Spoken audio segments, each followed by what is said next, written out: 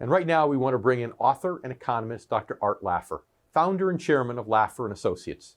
He's probably best known for his Laffer curve and his work with the Reagan administration as a member of Reagan's Economic Policy Advisory Board. In 2019, Dr. Laffer was awarded the Presidential Medal of Freedom for his work in economics. Dr. Laffer, it's only been about a month since we've last spoken, but a lot has changed. So it's great to have you back here on The Income Generation. Thank you very much, David. It's lovely to be back. By the way, you guys are doing really, really well at Newsmax, so congratulations. Well, thank you. Thank you. Yeah, the audience is increasing by the week here at Newsmax. Yes, so, it is. Wow. I know you were not pessimistic about a Biden-Harris administration when we spoke back in December. You would have been more optimistic with the Trump administration, granted. But, you know, what has changed now that we know more about Biden's economic policies? Give us kind of a broad brush overview of your thoughts now that we have more intelligence on what his plans are. Sure. So far, I have not been disappointed with Biden one bit. I mean, Biden has talked conciliatory conversations about uniting the country, which is really, really important, David. In united meanings, no sharp sticks in the eye of this group or that group. And I think Biden is living up to what I thought he would so far. And, you know, it all can change. But, you know, he is a very popular senator. When he was a senator, the Republicans and Democrats liked him a lot. As you know, he voted for the Tax Act in 1986, which cut the highest tax rate down to 28%. It cut the corporate rate from 34%, from 46 to 34%. Got 11 brackets down to 2 brackets. He touted the bill. So, he does have a good side to him. And when you look at what he's done now, I much prefer him over, let's say, Bernie Sanders or Elizabeth Warren. So I'm hopeful he'll be a good president. Yeah, that last part goes without saying, for sure. And what we really need to bring the country together is really another Ronald Reagan type personality. Yes, we do. Hopefully, there's only one Ronald Reagan, but hopefully, you're right, he can continue to bring the country together as we desperately need at this point. So, can you name one economic policy of Biden's that you really love, that you think is going to help the country, and maybe another one that you really hate? And tell me which one falls into each category. Okay, let me do the first one with you. One I really like a lot is he has made a pledge, a proposal, whatever you want to call it, of 100 million vaccines in the first 100 days. And distribution of the vaccines is about as positive a thing I can think of. I think it's a doable thing. It matches Donald Trump's warp speed. We developed vaccines in this country starting in March with warp speed to now, which is probably 5 years faster than it's ever been done before. So, Biden's following on that, making it 100 million vaccines in 100 days. This is the distribution side. I think is a spectacular goal, and I think this man will be able to put it through. That's number one. I think that's just great. The one I don't like is the 1.9 trillion in stimulus spending. I think that's a mistake. Government spending is taxation. Now, Trump did a worse one. He did the CARES Act was $3.5 trillion, and then he did another one for $900 billion. So it's not as though Biden is out in the end of a limb on this. He's not. But it's the wrong thing to do. It's building way too much debt, and it will inure very much to the detriment of the economy over a long period. Yeah. So well, with the vaccines, I guess, with the vaccines, what we hope is that some of the states get out of the way, because I've heard stories about people coming from New York down to Florida just to get the vaccine because all the red tape, and they couldn't get it. So, hopefully that is the case. And so. And I know of places that have the vaccine that they went to waste. They didn't have the people to put them in. So it's been a very bad scene here of getting the vaccines to the people. I know. Listen, Art, we need to take a quick commercial break. When we come back, I want to ask you more specifically about his tax plan and what your thoughts are about some of his tax plans and what the implications are. And you stay with us too. We have a lot more coming up from Dr. Art Laffer in just a moment. Stay with us here on The Income Generation. We'll be right back.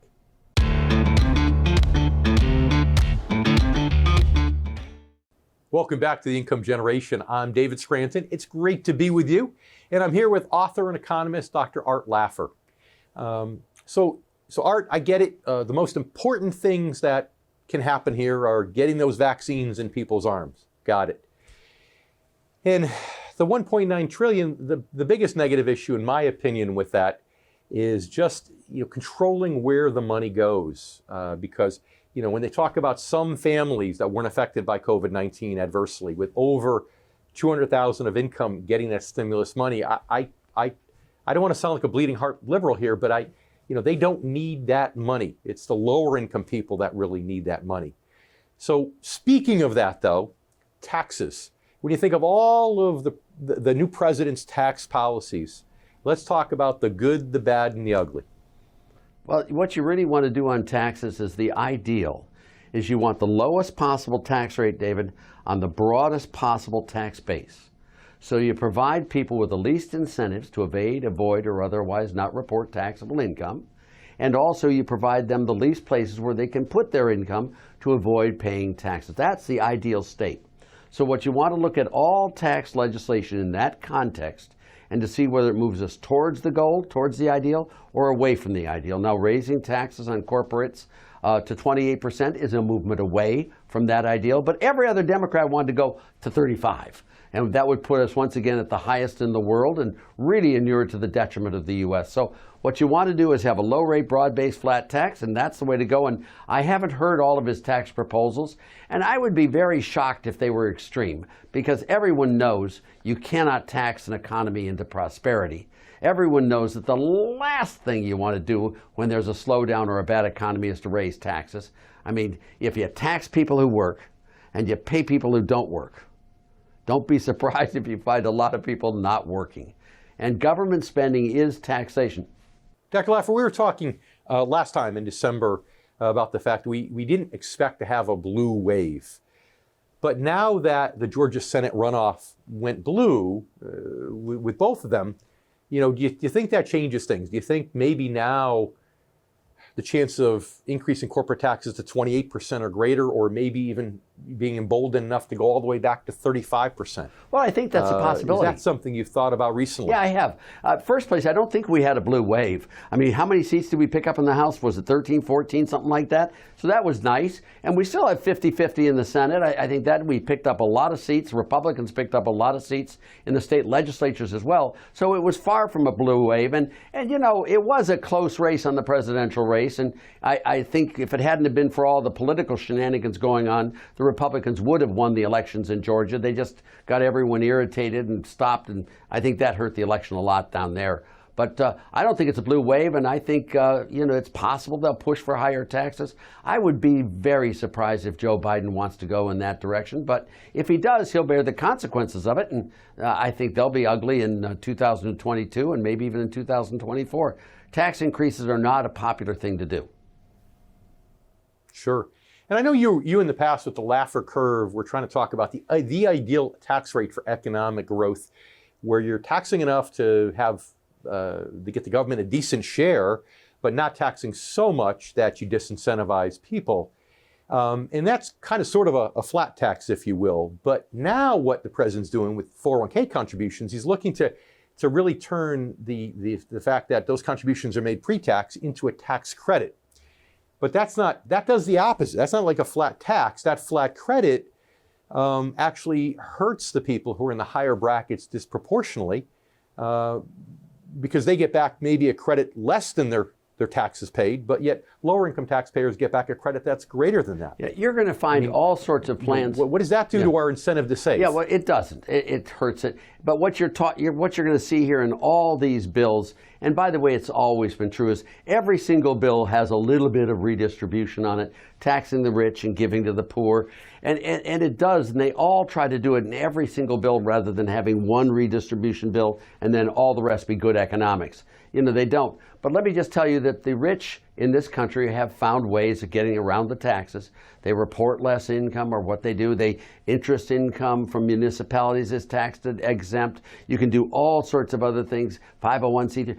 All of these things will be done. What you'll find happening is people will spend more time trying to not report income rather than trying to earn income, which is just the opposite of what you'd like to have. And if you give the money to, again, if you tax rich people and give the money to poor people, you're going to get lots and lots of poor people and not very many rich people. The dream in America has always been to raise the poor, not to pull down the rich. And any of this anti-rich stuff will work very much against the U.S. economy. And I think these people realize it, and I think they all like to be rich themselves. We all do. That's what we want to do, is make the poor richer, not to make the rich poorer.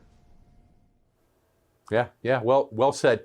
Dr. Laffer, we got 30 seconds left. In those 30 seconds, tell our income generation members what you think they should be doing right now, those in retirement or close to retirement, now knowing what you now know about Biden's plans moving forward. Well, I is one, if you forgive me. As Pogo said, I is one. I mean, I'm 80 years old, and I think that generation should be very careful with the money.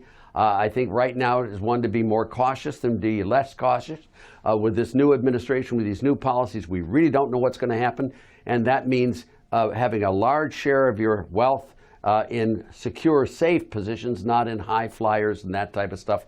And just make sure you can make it to the end. The stuff we talk about every single week. Dr. Laffer, thanks so much for being here with us. My pleasure, as usual. And you stay with us more. Coming up in just a bit, our next guest, Joanne Regan, is going to talk more about taxes and what you should be looking toward in 2021 with the presidential change. You stay with us. We'll be right back with more on the Income Generation.